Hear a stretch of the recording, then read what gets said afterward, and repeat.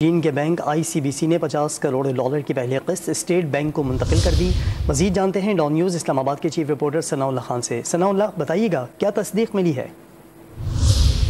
دیکھیں، اب اس مشکل صورتحال میں ایک مرتبہ پھر چین پاکستان کے قریب ترین دوست ملک کے طور پر سامنے ہے۔ 2 روز قبل بھی آپ کو یاد ہوگا 700 ملین ڈالر پاکستان کو فراہم کیے تھے۔ اب آئی سی بی سی جو چائنا کا بینک ہے، اس نے 1.30 ارب ڈالر پاکستان کو دینے کا آج یہ تمام دستاویزات مکمل کیے، اور اس کی پہلی قسط 500 ملین ڈالر اسٹیٹ بینک کو مل چکی ہے، جس کے بعد زر مبادلہ کے جو ذخائر ہیں دوبارہ سے بڑھنا شروع ہو گئے ہیں اور 4 ارب 30 سے 35 کروڑ ڈالر تک پہنچ چکے ہیں۔ یہ اسٹیٹ بینک کے ذخائر ہیں، جبکہ کمرشل بینکوں کے پاس 5 بلین ڈالر کے قریب الگ سے ذخائر موجود ہیں۔ اور اب یہ جو باقی 800 ملین ڈالر ہیں وہ آئندہ ہفتے پاکستان کو 2 ساتھ میں ملیں گے۔ ایک 500 ملین ڈالر کی قسط ملے گی اور ایک 300 ملین ڈالر کی قسط ملے گی، تو اس سے پاکستان کے زر مبادلہ کے ذخائر آئندہ ہفتے جو اسٹیٹ بینک کے ہیں وہ 5 بلین ڈالر سے بڑھ جائیں گے۔